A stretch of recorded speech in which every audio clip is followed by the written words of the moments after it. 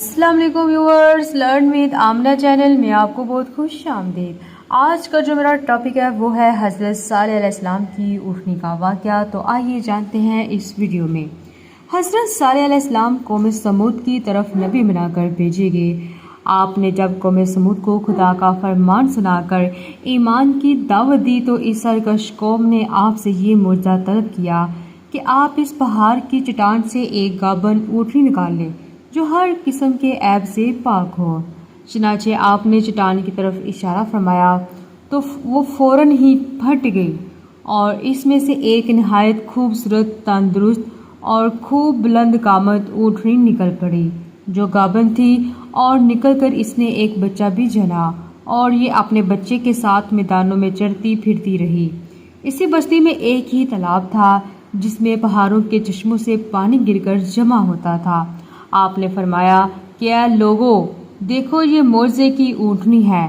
ایک روز تمہارے لیے تالاب کا پانی اور ایک دن اس اونٹنی کے لیے۔ قوم نے اس کو مان لیا۔ پھر آپ نے قوم سمود کے سامنے یہ تقریر فرمائی کہ اے میری قوم، اللہ کی عبادت کرو، اس کے سوا تمہارا کوئی معبود نہیں۔ بے شک تمہارے پاس تمہارے رب کی طرف سے روشن دلیل آئی، یہ اللہ کا ناکہ ہے تمہارے لیے نشانی، تو اسے چھوڑ دو کہ اللہ کی زمین میں کھائے، اور اسے برائی سے ہاتھ نہ لگاؤ کہ تمہیں دردناک عذاب آئے گا۔ چند دن تو قوم سمود نے اس تکلیف کو برداشت کیا کہ ایک دن ان کو پانی نہیں ملتا تھا، کیونکہ اس دن تالاب کا سارا پانی اونٹنی پی جاتی تھی۔ اس لیے ان لوگوں نے طے کر لیا کہ اس اونٹنی کو قتل کر ڈالیں۔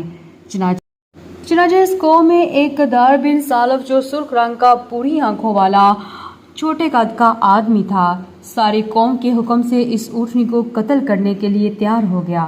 حضرت صالح علیہ السلام نے بہت زیادہ منع کیا، لیکن کدار بن سالف نے پہلے تو اونٹنی کے چاروں پاؤں کو کاٹ ڈالا، پھر اس کو ذبح کر دیا، اور انتہائی سرکشی کے ساتھ حضرت صالح علیہ السلام سے بیادبانہ گفتگو کرنے لگا۔ چنانچہ خداوند کا ارشاد ہے، پس ناکہ کی کوچے کاٹ دیں، اور اپنے رب کے حکم سے سرکشی کی اور بولے اے صالح، ہم پر لے آؤ جس کا تم وعدہ دے رہے ہو اگر تم رسول ہو۔ قوم سمود کی اس سرکشی پر عذاب خداوندی کا ظہور اس طرح ہوا کہ پہلے ایک زبردست چنگار کی خوفناک آواز آئی، پھر شدید زلزلہ آیا جس سے پوری آبادی اتھل پتھل ہو کر چکنا چور ہو گئی۔ تمام عمارتیں ٹوٹ پھوٹ کر تہس نہس ہو گئیں، اور قوم سمود کا ایک ایک آدمی گھٹنوں کے بل اوندا گر کر مر گیا۔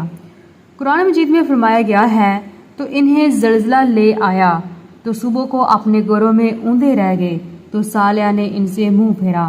حضرت صالح علیہ السلام نے جب دیکھا کہ پوری بستی زلزلوں کے جھٹکوں سے تباہ و برباد ہو کر اینٹ پتھروں کا ڈھیر بن گئی اور پوری قوم ہلاک ہو گئی، تو آپ کو بڑا صدمہ ہوا۔